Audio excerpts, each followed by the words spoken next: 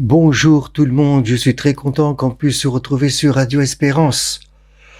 Continuons à vivre toujours du Christ ressuscité, continuons à vivre véritablement du surnaturel dans le naturel, continuons à vivre du haut vers le bas, Noël. Continuons à vivre que c'est le Christ qui vient en nous et le fait d'abord que lui, il prend l'initiative, comme Dieu nous a mis en premier, on va à lui. Mais que nous n'allons pas de suite à lui. C'est lui qui vient en nous jusqu'à vivre à l'intérieur de nous. Alors en même temps, bien sûr, il est à l'extérieur, mais même en étant à l'extérieur, c'est lui qui nous attire à nous. Il nous attire à lui, pardon. C'est lui qui nous attire à lui. C'est pas moi qui viens à lui. Et c'est lui qui vient à moi. Ça, c'est très important. Donc d'abord, c'est lui qui vient à moi. Que ce soit le Christ à l'extérieur ou le Christ qui se trouve à l'intérieur de moi. C'est le toboggan qui descend. Voilà, ou c'est le prologue plusieurs fois. Car beaucoup, on rencontre de personnes qu'on veut tout le temps aller vers Jésus, vers Dieu. On va aller vers Jésus, on va à l'adoration. On va aller prier Jésus. Non, avant toute chose, d'abord, c'est accueillir à l'intérieur de nous. Le Christ qui se trouve à l'intérieur de nous, ou le Christ qui se trouve à l'extérieur de nous. Dieu qui se trouve à l'intérieur de nous, ou Dieu qui se trouve à l'extérieur de nous, on l'accueille. Comme exactement Élisabeth a accueilli d'abord Marie. Rappelez-vous, à chaque fois, on lui disait, c'est la même chose. Lorsqu'on ouvre la parole de Dieu, c'est pas simplement des conférences, des enseignements, j'arrêterai pas de le répéter. La parole de Dieu, c'est l'Esprit Saint. C'est l'Esprit Saint, la parole. C'est une épée de l'Esprit Saint. D'ailleurs, Paul va l'utiliser dans le combat. Dans le combat spirituel, il donnera beaucoup de choses pour la défensive. La foi, les choses comme ça, on pourrait aller le revoir. Mais ce qui est intéressant, c'est qu'il dira, pour l'offensive, il dira, vous pourrez aller voir, c'est important, allez voir par vous-même. Ouvrez la parole de Dieu. Ouvrez la Bible. Regardez. D'abord, il donne des choses défensives, voilà, pour se protéger. Et après, il donne une chose offensive. Et c'est quoi la chose offensive qu'il va donner? C'est la parole de Dieu. La parole de Dieu, c'est l'épée. C'est le glaive de l'Esprit Saint. Voyez, c'est pas simplement un cours, un enseignement qu'on donne, exégète, théologique, spirituel. Et le problème, c'est que des fois, on perd conscience de cela. On perd conscience de ce qu'est réellement la parole de Dieu. Comme on perd conscience réellement de ce que nous sommes. Voilà. Et ça, c'est extrêmement important. Extrêmement important. Même lorsque maintenant, on va reprendre Ruth. D'être toujours dans cette conscience, d'être toujours, j'allais dire, dans cette bonne terre-là. Voilà, d'être toujours dans cette bonne terre. Et c'est pour ça que la parole de Dieu, c'est une nourriture. Vous voyez, la nourriture, elle vient à moi et je la mange à l'intérieur de moi. Et après, je peux la digérer, je peux m'en nourrir. Mais d'abord, elle rentre à l'intérieur de moi. C'est de l'extérieur vers l'intérieur, ou je dirais vers du divin, vers l'humain. C'est pas l'humain vers le divin. Et après, à ce moment-là, je peux vivre la présence du Père, du Fils, de l'Esprit Saint.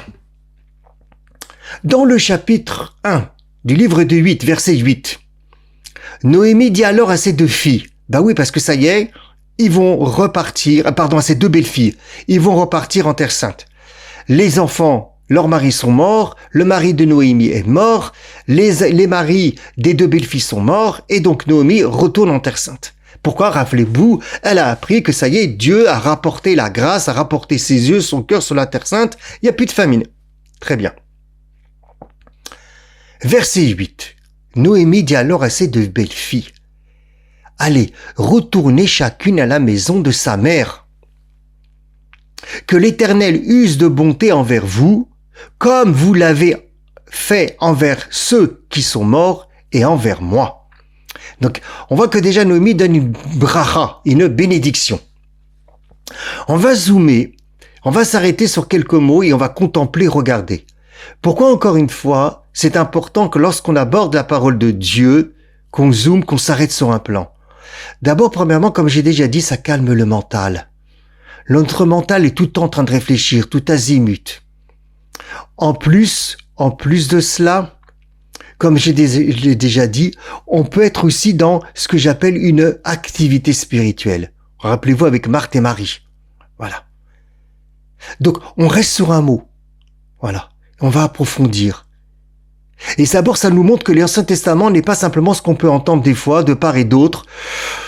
Je le dis très franchement et très simplement, que ce soit par les prêtres, que les laïcs, ou que ce soit dans le monde évangélique, oui, l'Ancien Testament.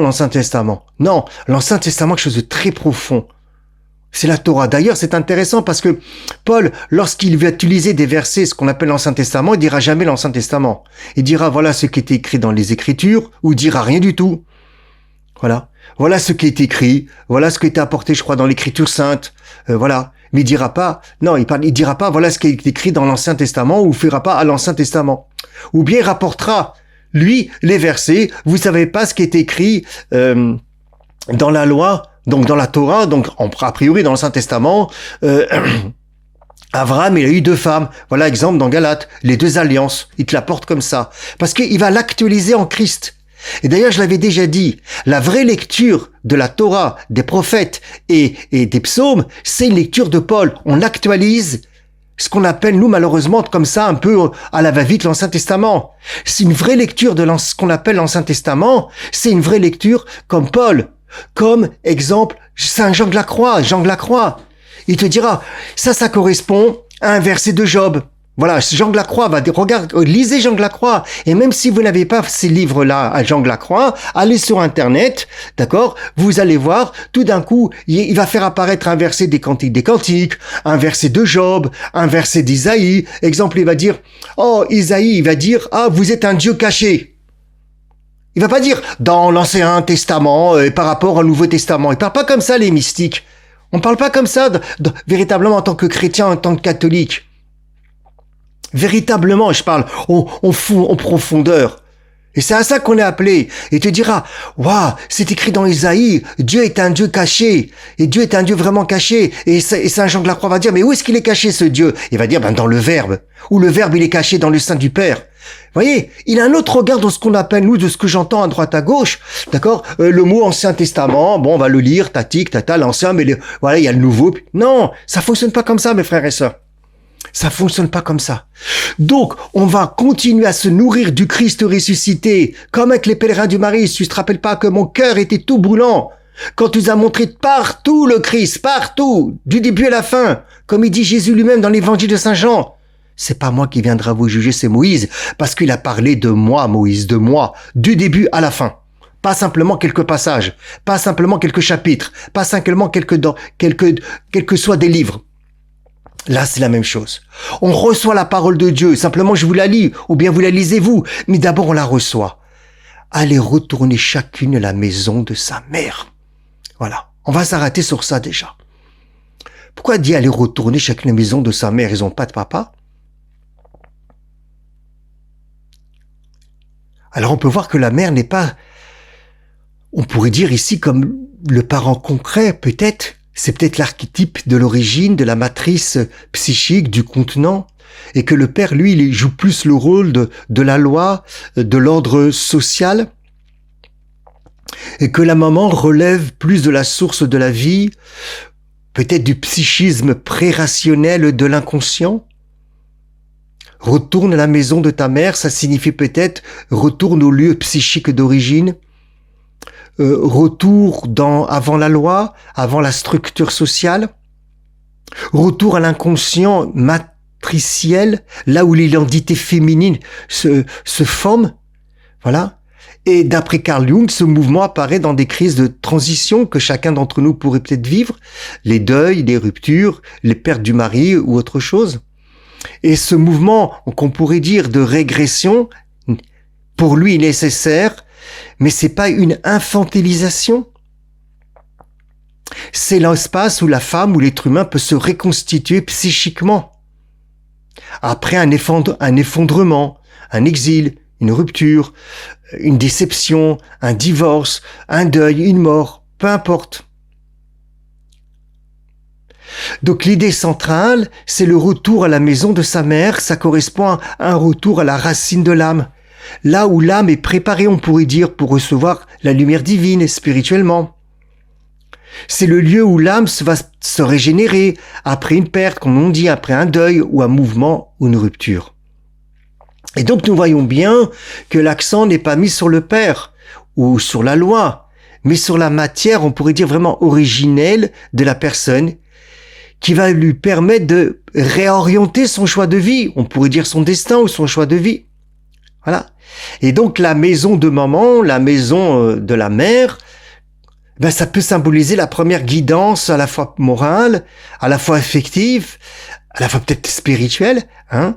Voilà, c'est l'endroit, voilà, peut-être d'une réparation intérieure après un trauma, d'accord. Et elle retrouve son chemin. Voilà.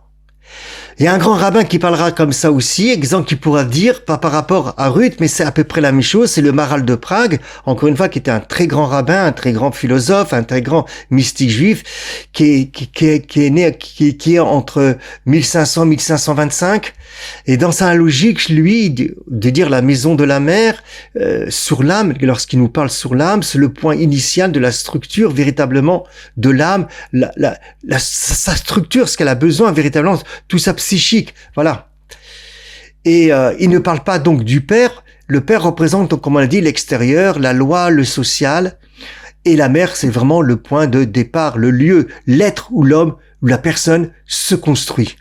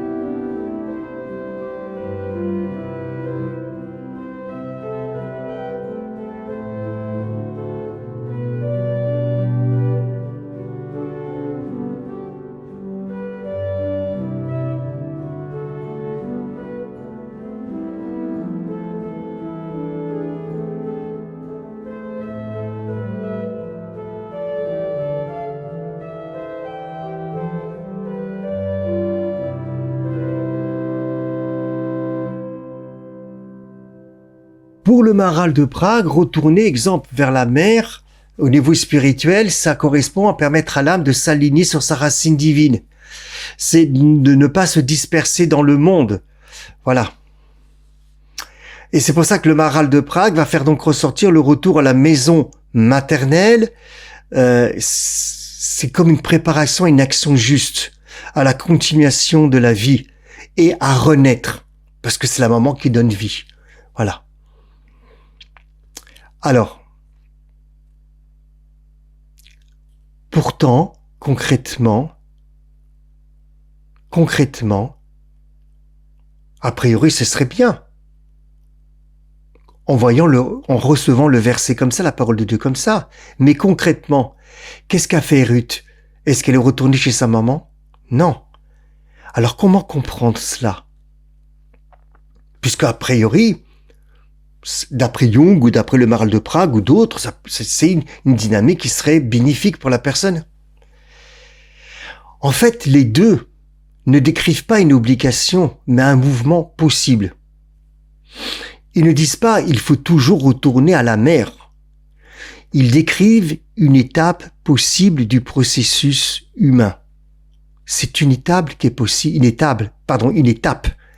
possible du processus humain, qui n'est pas obligatoire. Noémie parle depuis une logique humaine. Et je pourrais même aller très loin, même ça retourne en Terre Sainte qu'elle est contente, mais quand même brisée. Sa bénédiction est importante, mais voilà, vous m'avez apporté des choses extraordinaires, en plus vous avez apporté des choses à mes enfants. Voilà, elle est quand même brisée cette femme au niveau sensibilité. Je vous l'ai dit, c'est pas parce qu'on est chrétien catholique qu'on n'a plus de sensibilité. C'est pas parce que Marie, qui était immaculée, qu'elle a perdu sa sensibilité de femme. Pendant 2 jours, elle a perdu son gamin, elle s'est affolée. Eh ben oui, où est mon fils? Voilà.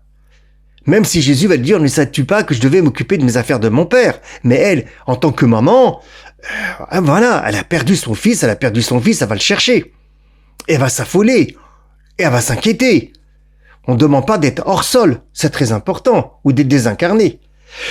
Donc Naomi, lorsqu'elle parle, elle parle depuis une logique humaine, même brisée. Vous voyez que la parole de Dieu, et Dieu n'a pas peur de montrer ces histoires-là. C'est ça qui est bien, moi j'aime beaucoup aussi dans la Bible, vous voyez, dans la parole de Dieu. Et là, je dis, regarde bien le contexte. Tu vois, je te propose d'observer.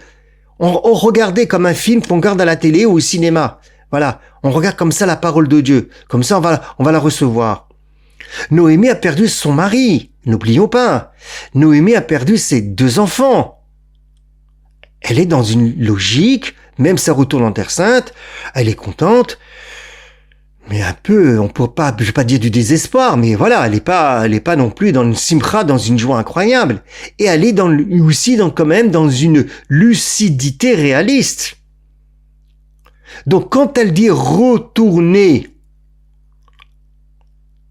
elle n'est pas en train de donner ici un projet spirituel. Elle n'est pas en train de parler, de donner un idéal ou un projet surnaturel. On est dans le naturel. Elle propose une solution de survie. C'est exactement, entre guillemets, mais qui n'a rien à voir, ce que Pierre va proposer à Jésus. Va pas à Jérusalem. C'est une solution de survie, tu vas te faire zigouiller. Va pas là-bas. Donc, c'est ce qui se passe avec Noémie. Elle donne un idéal, elle ne donne pas un idéal ni un projet surnaturel. Elle propose une solution de survie. Donc, retourne chez ta maman, retourne à la sécurité, à l'origine connue, voilà. Et c'est dans cette perception-là, c'est beaucoup plus vu comme une régression protectrice et pas comme une vocation divine, pas comme un appel divin. Voilà ce que la parole m'envoie comme information.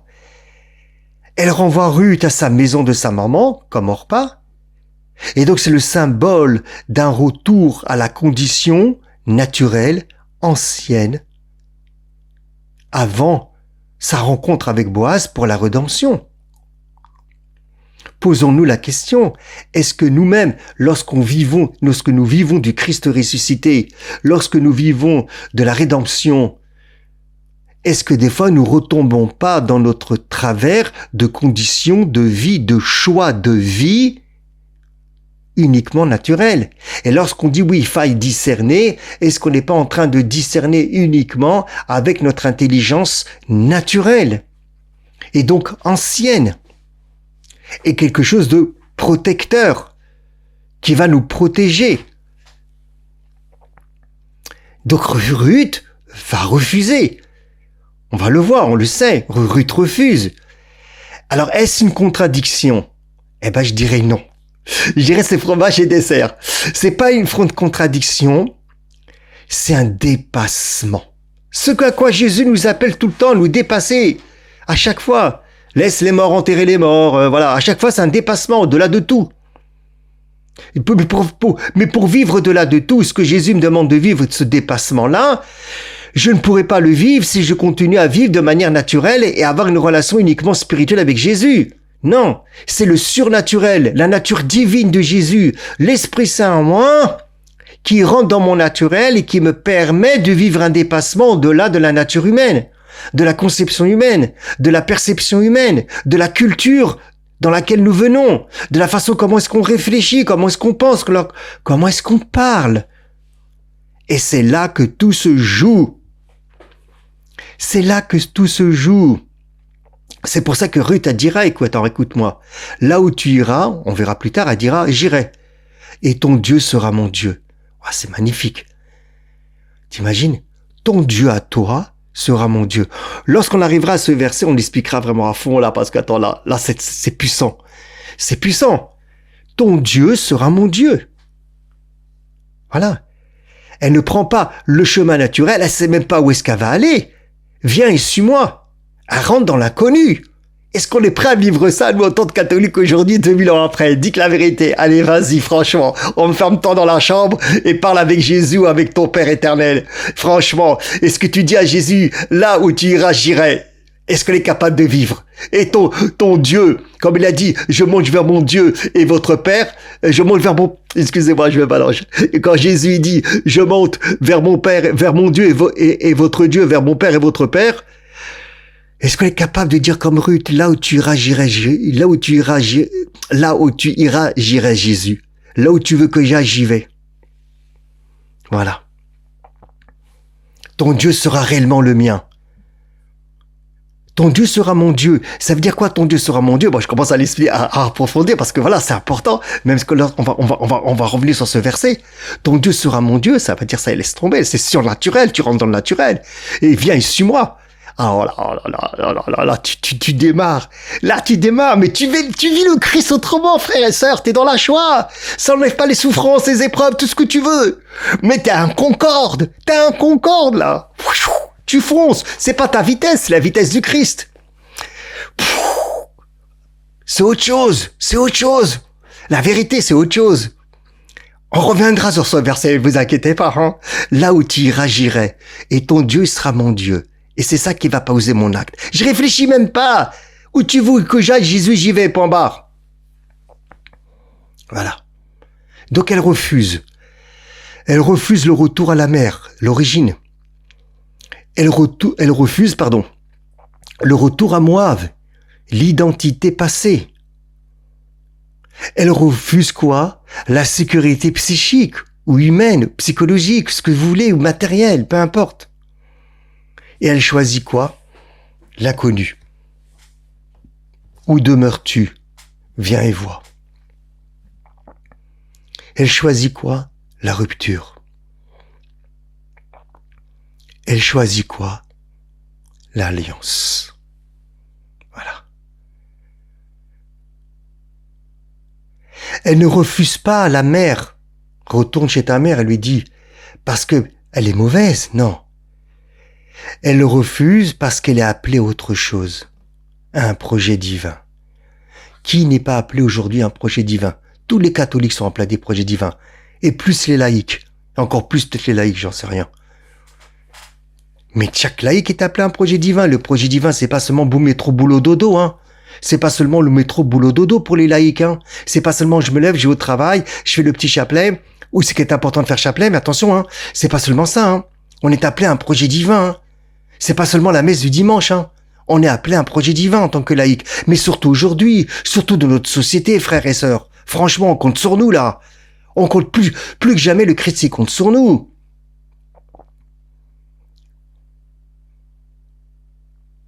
Donc elle ne refuse pas. Elle est appelée quelque chose de plus profond.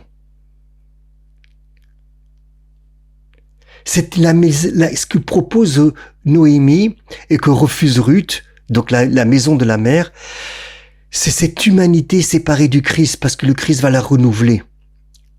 C'est cette humanité séparée du Christ qui est donc sa condition propre, mais avant l'union avec le Messie, parce que le Messie l'a donné une autre humanité. Et là, c'est autre chose. Et c'est pour ça que la décision de Ruth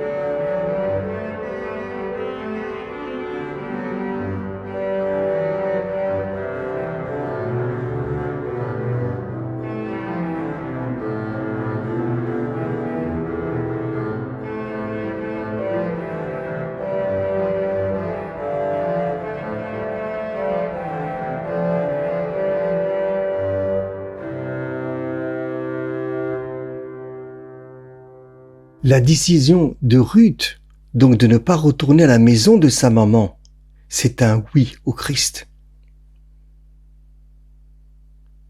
C'est exactement la même chose de suivre le Christ, de ce que le Christ nous demande dans les évangiles, mais j'allais dire ce que le Christ demande aujourd'hui. Parce que j'ai déjà dit à plusieurs reprises, on ne vit pas avec un Christ des évangiles, il n'est plus dans les évangiles. On vit avec un Christ ressuscité, concrètement dans le réel. Donc c'est ce que nous demande Jésus, de le suivre. Mais quand Jésus te demande de le suivre, quand il te demande à moi de le suivre, est-ce que tu es prêt à vivre ce que la parole de Dieu te dit comme Ruth? Mon Dieu sera ton Dieu, c'est-à-dire ton choix sera le mien. Est-ce que réellement posez-vous cette question-là? C'est pas évident. C'est pas évident. Elle refuse le chemin naturel. Est-ce que toi tu refuses le chemin naturel? Ou bien tu vis dans le chemin naturel et tu pratiques une religion, comme on a dit? C'est un renoncement à la vie. Et elle renonce à une vie, elle dit, moi je peux pas vivre sans le Christ. Mais le Christ, il est surnaturel. Et il rentre dans le naturel.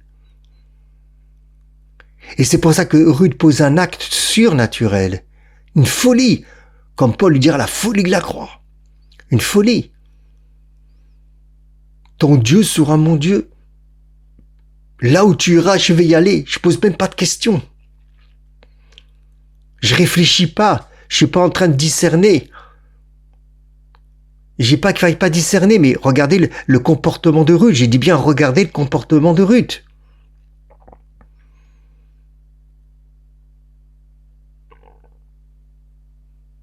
C'est-à-dire que le retour à sa mère, ça nous renvoie à ce que la personne doit abandonner pour rentrer véritablement en Christ, pour vivre du Christ, pour être à l'intérieur de lui, lui à l'intérieur de moi, et pour vivre de ça.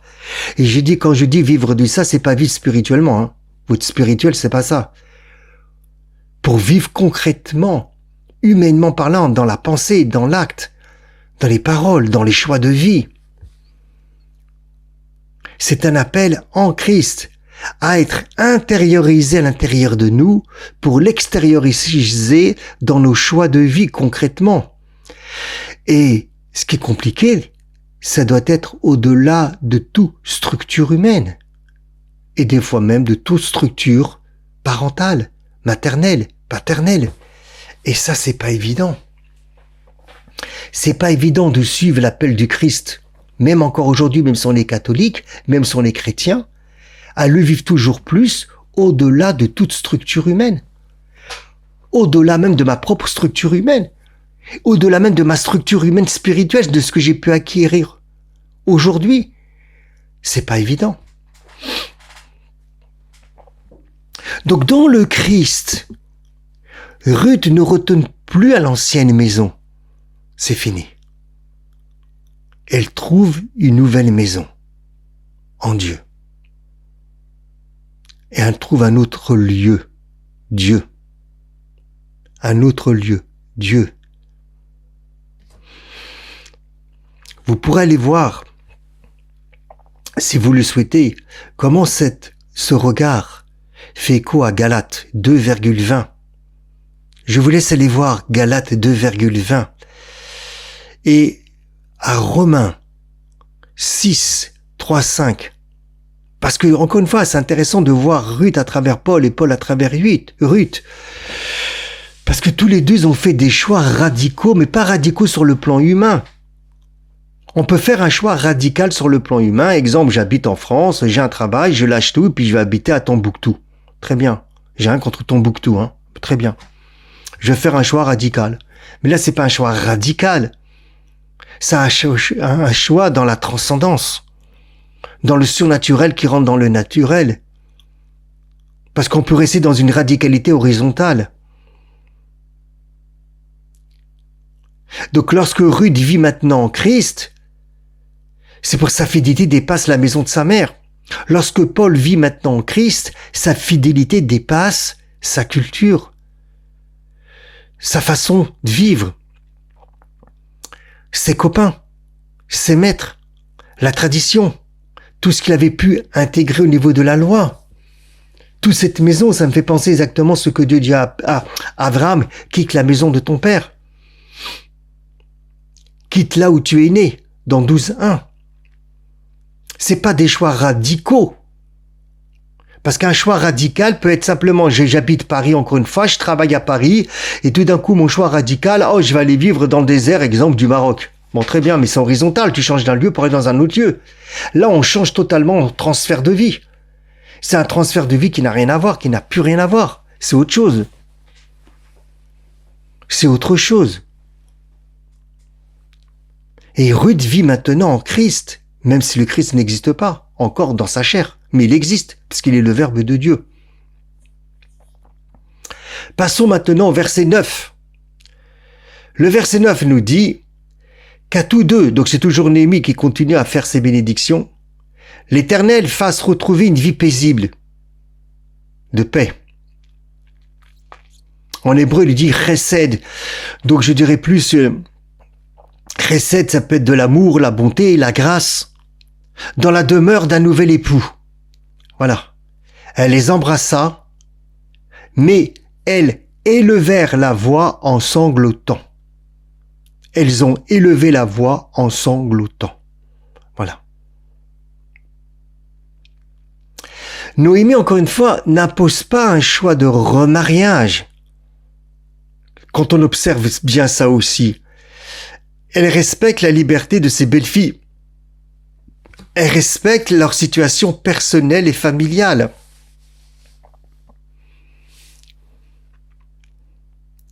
Elle les bénit pour retrouver une vie paisible avec un nouvel époux. Parce qu'elle voit, voilà, dans quel ordre de société elle se trouve.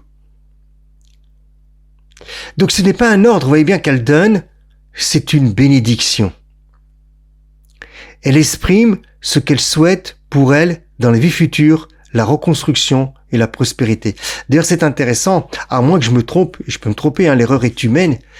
Dans la parole de Dieu, Dieu ne donne jamais un ordre aux femmes. Il les donne toujours, quand il parle, c'est des ordres qu'il donne aux hommes. C'est pour ça que l'ordre de pas manger de la connaissance du bien et du mal, il l'a donné au masculin. Et c'est pour ça que Paul dira que c'est par le masculin que le péché est rentré dans le monde, que la mort est rentrée dans le monde. Il dira pas ça pour Ève. Parce que l'ordre n'avait pas été donné à la femme, en fait. Il n'a pas été donné au côté féminin, en tout cas. Il n'a pas été donné à ce qu'on appellera plus tard Ève, pardon. C'est pour ça que Paul dira, pardon, qu'elle a été prise par le serpent. Elle a été tentée par le serpent. Tandis qu'Adam n'était pas tenté.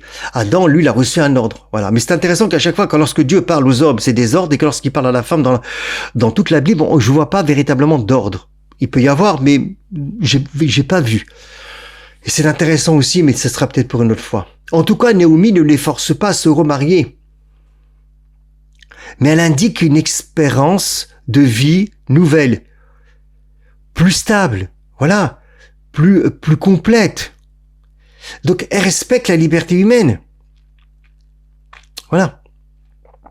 Donc, il y a d'abord le choix des belles-filles.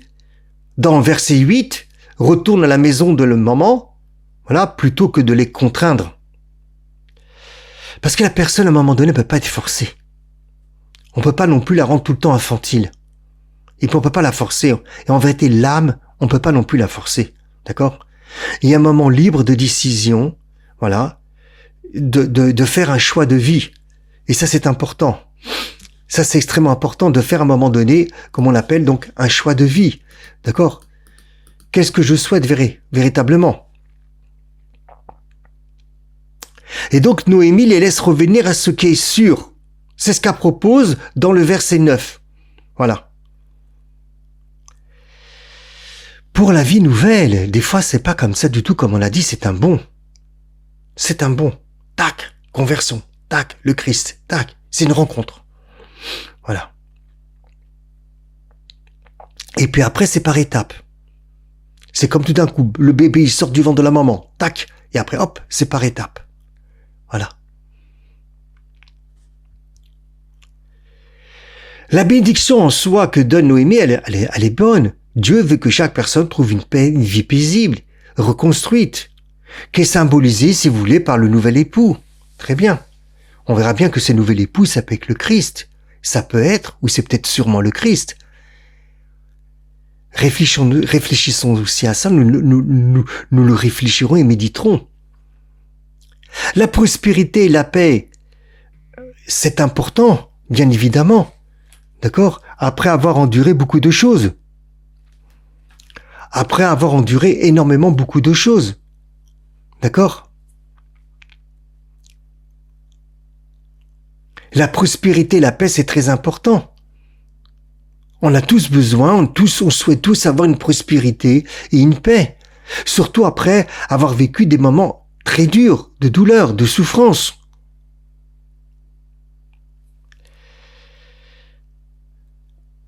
Donc Dieu montre que la fin d'une étape, c'est-à-dire les maris qui sont morts, n'est pas une fin absolue. C'est un appel à une nouvelle vie, à une nouvelle restauration. Mais chacun doit d'abord quitter son ancien lieu pour entrer dans la nouvelle demeure spirituelle.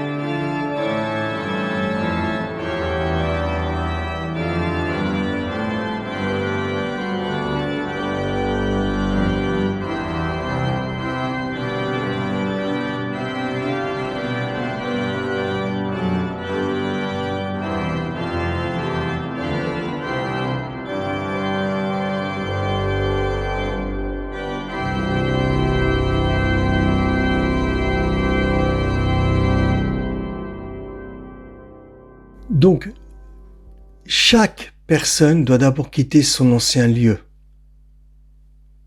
pour rentrer vraiment dans la nouvelle demeure spirituelle. Comme dira Paul, nous avons une demeure, c'est notre demeure ici, notre maison part. Mais ce nouvel époux, c'est le Christ pour nous. Alors, faut bien le vivre. Parce que c'est facile à dire, c'est plus facile à faire. Notre véritable époux, c'est le Christ. Et pour des laïcs qui sont mariés, ils doivent toujours plus vivre que le mari, que la femme, c'est d'abord un amour en Christ. C'est d'abord un amour chrétien. Il y a bien évidemment un amour humain. C'est évident. L'homme quittera son père et sa mère et s'attachera à la femme.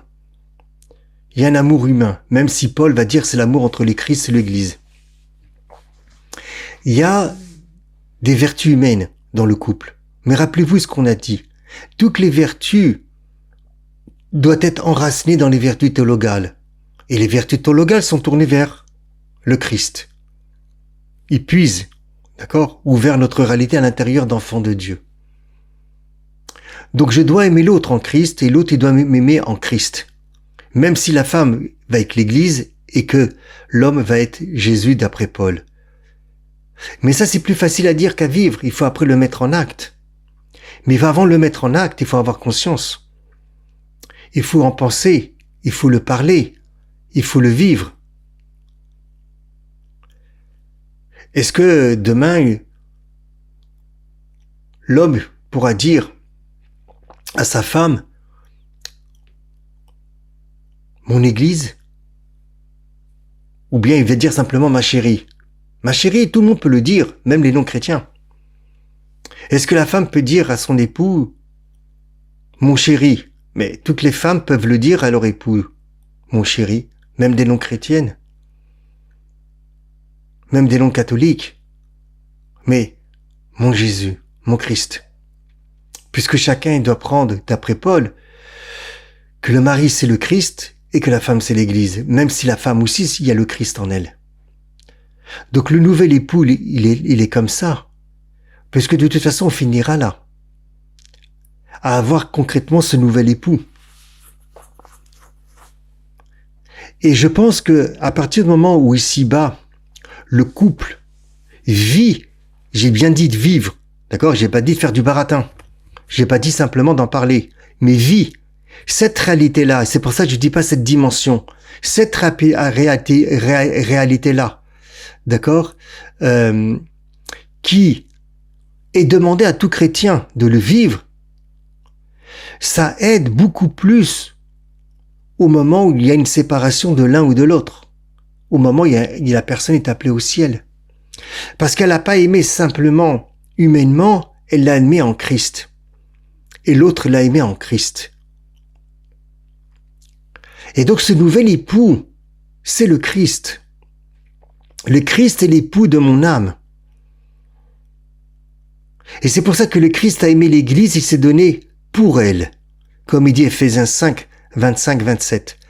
Donc si, dans les préparations au mariage, j'ai peur d'aborder ce passage-là, parce qu'il y a marqué « Femmes, soyez soumises à vos maris », et que c'est très mal compris, parce que Paul n'a jamais demandé à la femme d'être esclave du mari, il n'a jamais demandé à la femme d'être soumise au mari, tel qu'on le comprend dans la définition occidentale, ce que veut dire le mot soumis, surtout qu'après, lorsqu'on continue, c'est le Christ qui fait le job, c'est lui qui doit la nettoyer, c'est lui qui doit la rendre pure, c'est lui qui doit la rendre immaculée, donc c'est lui l'esclave, parce que le Christ s'est fait esclave. Donc vous voyez bien déjà que le mot soumis n'est pas à prendre dans la définition occidentale telle qu'on peut le prendre aujourd'hui ou des définitions françaises, mais que le Christ a aimé l'Église et s'est donné pour elle. Il s'est donné pour elle. Le Christ a aimé l'Église et il s'est donné pour elle. Oui, on est vraiment là dans le mariage chrétien, le nouvel époux. Donc on pourrait dire que sans le savoir, comme le grand prophète qui disait des choses, d'accord, que dans l'évangile de Saint Jean, il était en train de prophétiser parce que tout simplement il était grand prêtre. Et bien que la bénédiction de Noémie, Dieu, à travers sa bouche, nous parle du nouvel époux, qui préfigure véritablement l'union entre mon âme et le Christ. Cette nouvelle vie restaurée à l'intérieur de moi, déjà ici-bas. Et c'est ça qui me permet de retrouver une vie paisible. Il y aura des montagnes, il y aura des collines, il y aura des problèmes, sûrement, oui. Parce que je vais participer, comme dira Paul, à ce qui manque à la passion du Christ pour l'Église. Oui, il y aura des épreuves, oui. Mais retrouver cette vie paisible, cette vie en grâce, cette vie en salut, ça correspond à la vie en Christ. Alors là, sanctifié, transformé. Sanctifié, transformé, comme dira 2 Corinthiens 5, 17. Si quelqu'un est en Christ, il est une nouvelle créature. Si vous êtes en Christ, pas simplement si on fait une religion naturelle, encore une fois, j'insisterai toute ma vie sur ça. Si on est à l'intérieur du Christ, on est tout d'un coup une nouvelle créature. Est-ce qu'on est conscient qu'on est une nouvelle créature? Ou bien qu'on est toujours avec l'ancienne créature? Et en disant, voilà, chacun avec ce qu'il va dire, c'est compliqué à droite, à gauche. C'est ce qui correspond à ma vie en Christ. C'est ça qui correspond à ma vie en Christ. Donc, le verset 8, si vous voulez, ce qu'on recevait dans le passage 8, c'est le départ de l'ancienne maison, donc de la condition humaine, avant le Christ. Dans le verset 9, sans le savoir, Noémie me donne une bénédiction pour le nouvel époux. Donc c'est de rentrer dans la nouvelle vie, dans la vie nouvelle en Christ, restaurée, comme dira Paul. Même si j'ai mon vieil homme, d'accord? Même si j'ai mon vieil homme, je suis restauré. Je suis réconcilié. Je suis en paix. Et s'il y a un bug, parce que je vais me décentrer, grâce à Dieu, Dieu l'a donné la confession. Merci mon Dieu. Gloire à toi Seigneur. Tu m'as donné la confession. Voilà. Ça, c'est à prendre conscience véritablement. Dieu nous appelle à quitter toujours plus, comme Abraham, comme Ruth, comme Jésus, comme tout le monde. D'accord? Notre ancienne perception du vieil homme sur ce que nous sommes, sur ce que nous voyons, sur ce que nous croyons, ce que nous pratiquons. Et à intérioriser le Christ en nous pour une nouvelle vie. Pas pour la même vie spirituelle. D'accord? C'est pour une nouvelle vie. C'est pas pour une vie spirituelle ou une vie spirituelle. D'accord? Avec des rites spirituels. C'est pour une nouvelle vie en Christ. À ce moment-là, je pose les actes qui correspondent. Paisible. Sanctifié. Et là, on l'aura totalement. Pas seulement lorsque mon âme va sortir du corps et que tout le monde, Bezat Hachem, ira véritablement en Christ avec son âme. Qu'on n'aura pas besoin de passer par le purgatoire, par les intermédiaires. Parce que si on vit des choses ici-bas et qu'on les offre, on n'aura pas besoin de passer par là-bas. Alors, ne vous inquiétez pas, on parlera avec Jésus. Il a dit, vous êtes mes amis. Alors, les amis, voilà. Si on vit comme ça, dans cette vie nouvelle, paisible, sanctifiée, c'est l'union totale après. L'union totale. Et la mort nous fait plus peur. La séparation ici-bas avec le corps nous fait plus peur, même si c'est pas la finalité. Parce que toujours la finalité, c'est la résurrection. On revient à Pessah, à Pâques, la résurrection du Christ. La finalité, c'est pas quand l'âme se trouve avec le Christ sans son corps. La finalité, c'est tout d'un coup d'être avec le Christ avec son corps. Que son corps tout lumineux, que son corps tout glorieux. Mais déjà ici-bas, de se nourrir de ces paroles divines que nous recevons de la parole de Dieu, du comportement de Noémie, du comportement de Ruth, de ce que Dieu nous transmet à travers ces personnages qui nous rejoignent et qui nous montrent que chaque verset de la Bible, chaque mot de la Bible, du premier verset de la Genèse jusqu'au dernier mot de Malachie, c'est-à-dire du premier mot de la Genèse jusqu'au dernier mot du Malachie, tu peux voir le Christ. Tu vois le Christ, tu vis le Christ, tu manges le Christ, c'est une nourriture. Et mon cœur, il devient tout chaud. Et là, ça y est, c'est bon. En vérité, tu prends ça, tu prends la nourriture Eucharistie, et voilà, c'est bon, ça y est. En vérité, ça y est, je vais partir, là, après, il faut calmer. Et ça y est, tu prends ça, c'est bon, là. C'est fini. Parce que, en fait, quand on parle la parole de Dieu, t'es en union avec le Christ, là, c'est la nourriture que tu manges, c'est divin. C'est divin. C'est normal, ça rentre dans la joie. C'est divin. C'est une nourriture divine. Et c'est bon. Que Dieu vous donne véritablement cette grâce toujours plus d'être nourri par la parole de Dieu et la parole d'Eucharistie. La parole, le verbe de l'Eucharistie, lui-même le Christ, l'Eucharistie, mais et de la parole de Dieu. Rien que déjà ces deux choses-là. Waouh! Rien que déjà ces deux choses-là. Comme il a dit, la parole de Dieu est une nourriture vivante, divine. Amen.